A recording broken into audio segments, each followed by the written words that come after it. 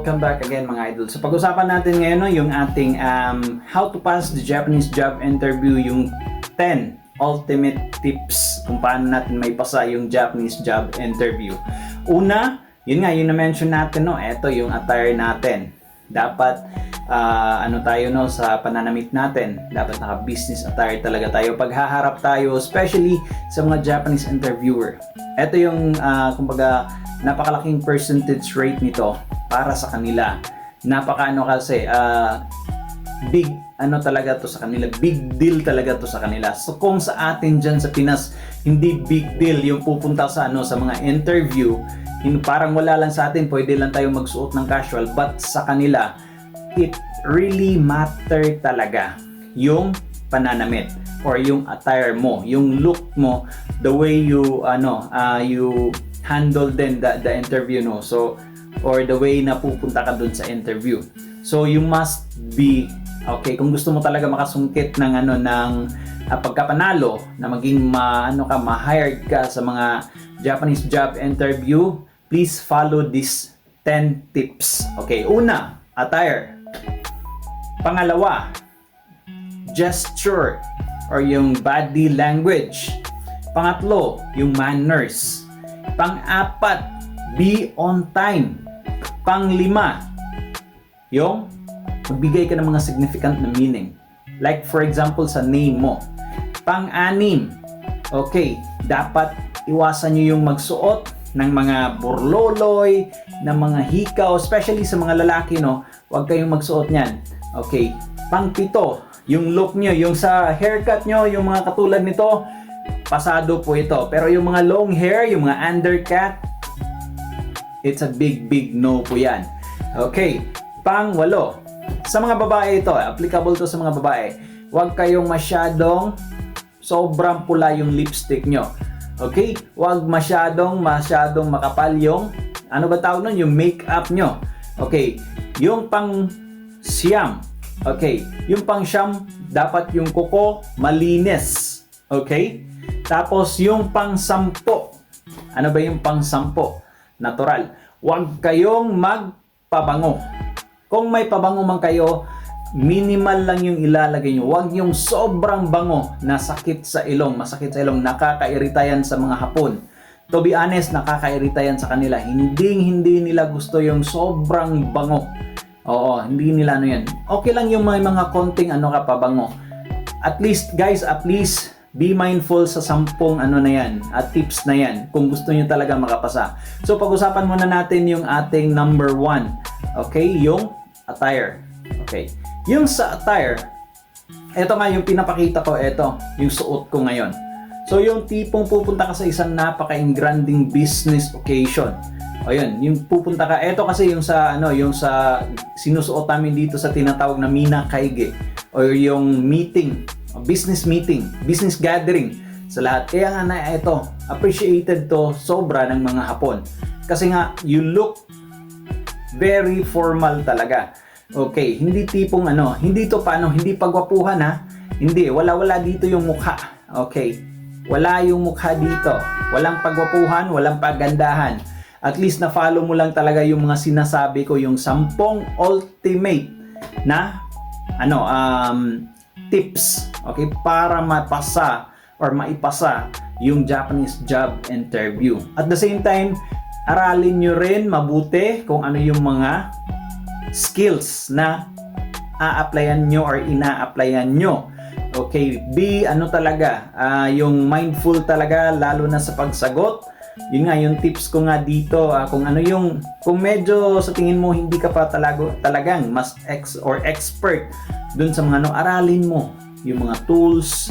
Okay, katulad ko, isa akong automotive repair maintenance. So, inaaral ko talaga before or prior from the interview, inaaral ko na talaga yung mga number of nuts. Okay, yung mga nuts, yung mga hindi nuts naman yung nut ng mga yung bolt at nuts. Ayun. Aralin nyo po yung mga numbers niyan. Okay, kung kayo ay nasa automotive na industry nag-apply, syempre yung mga tools, aralin nyo kung ano yung mga tools, saan yun gagamitin. natural, pag expert naman kayo, pag ano naman kayo, pag mekaniko naman kayo, syempre alam nyo na talaga yung mga ano yan. Pero may iba kasi na, kumbaga yung bago lang din, na mga ano, yung mga newbies din, mas maganda talaga maano nyo talaga, mapag-aralan nyo talaga yung mga tools, yung mga number ng bolts, kaano yung mga sizes, ayun. Katulad din, etong tips na to, katulad din, kumbaga magagamit nyo rin ito, regardless sa inyong skills. Katulad din kung ikaw ay, let's say example, late machine operator, yung ina-applyan mo, baker, whatever na ano na skills, no, laundry, aralin mo kung ano yung mga bawat detalye para on set of the interview. Yun, aside from looking good, kasi you have a good attire, naka-comply ka dun sa mga hinahanap ng mga kumbaga taste buds ng mga Hapon. Oo, kasi may ano talaga, as an ano no, ako nandito ako sa Japan, kaya masasabi ko talaga to, kumbaga maibigay ko talaga sa inyo to na parang bird's eye view. Kasi nga nandito ako ngayon, nagtatrabaho ako ngayon for almost 2 years already. So, at the same time, sa period na yan, nag-gather din ako ng information from the Japanese na mga friends. Ano ba talaga yung significant? Well, yung onset sa mga interview nyo dito, pati dito sa Japan. Ayun, yun yung mga tips talaga nila. Be formal talaga, napaka-formal talaga when it comes to Japanese job interview. Kung gusto nyo ma-select, kung gusto nyo ma-hired.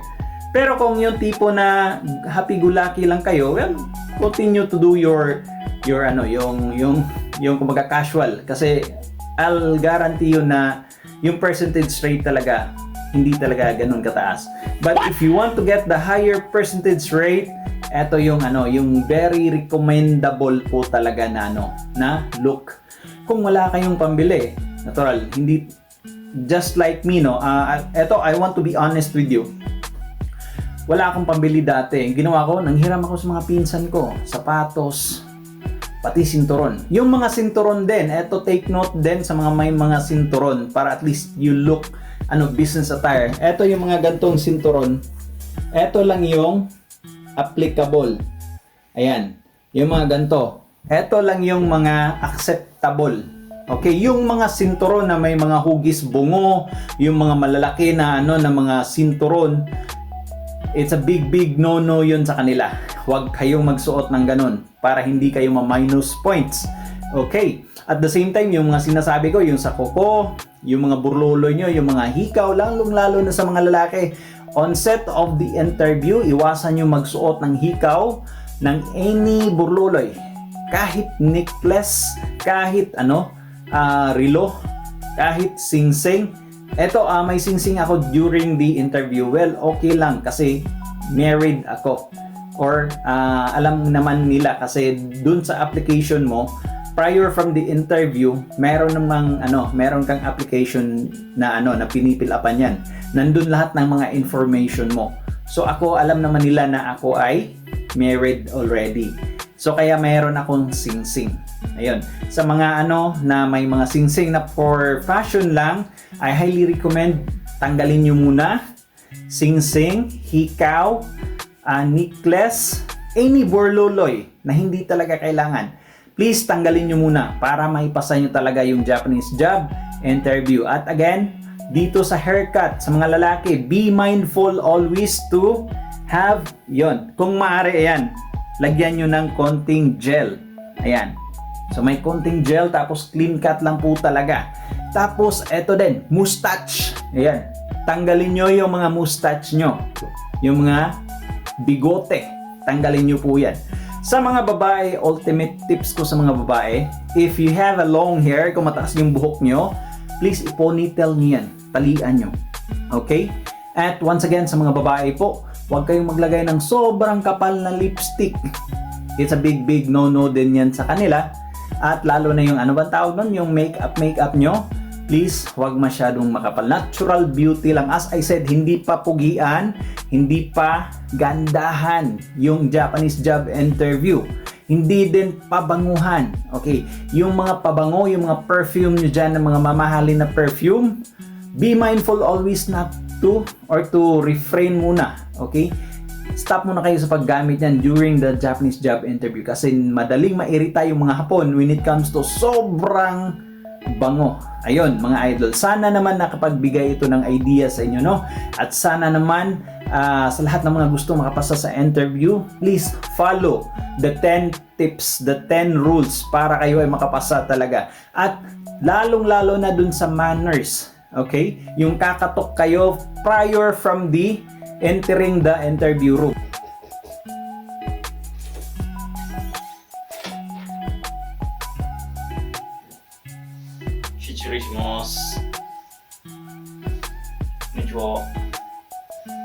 Tapos pagkatok nyo, pag open, nakita nyo dun sa video, di ba? Pagkatok, tapos open muna, tapos bawa muna kayo, shichurishimasu. Ayun, shichurishimasu.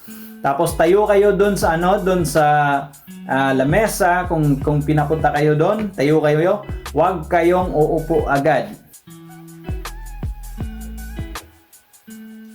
Okay, huwag niyong hilahin agad yung bangko, yung upuan at uupo agad. It's a big no-no po sa kanila. Tayo muna kayo. Once magbigay na ng signal na upo, that would be the time na uupo kayo. But before kayo uupo, say thank you.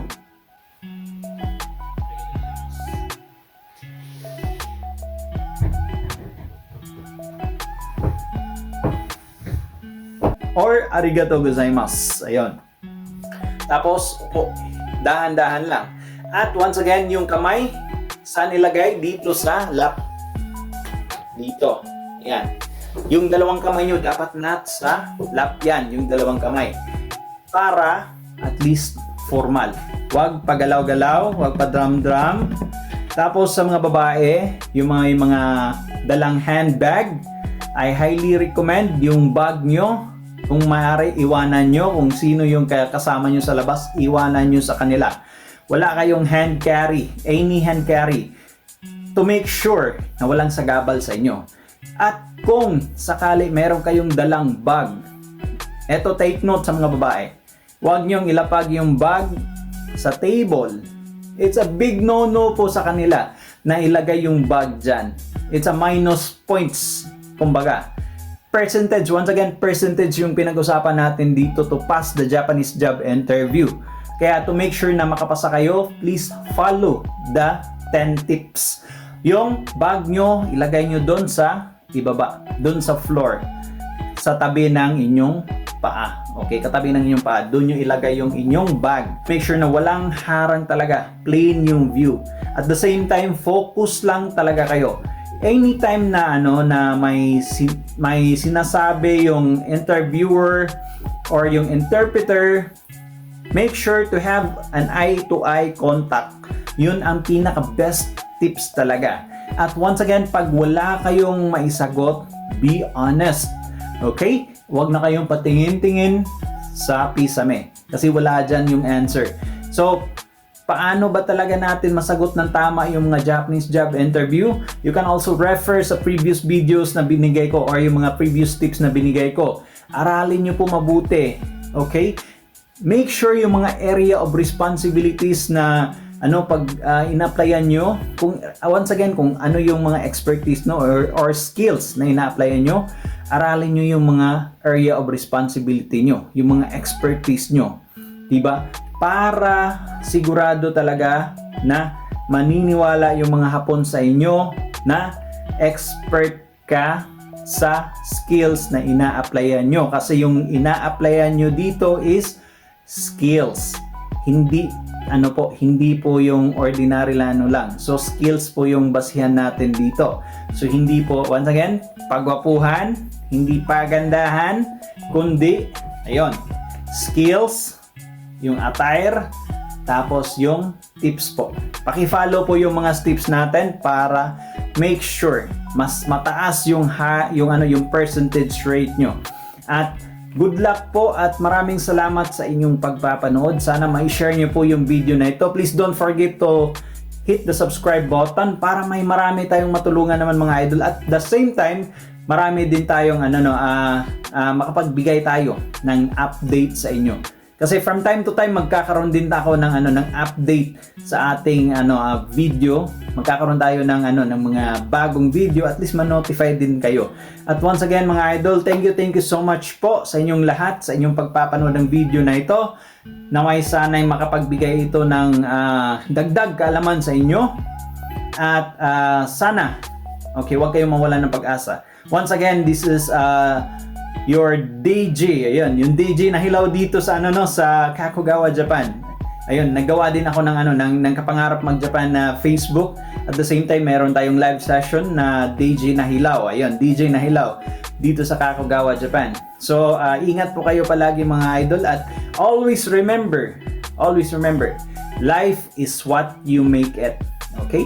Tayo lang po yung may yung kung paano natin ginagawa yung ating buhay. At the same time, huwag kayong mawalan ng pag-asa, at lagi po kayong manalig sa Kanya, sa itaas. Okay, have a great day po mga idol, at bye for now. Enjoy, at sana po makapasa kayo lahat.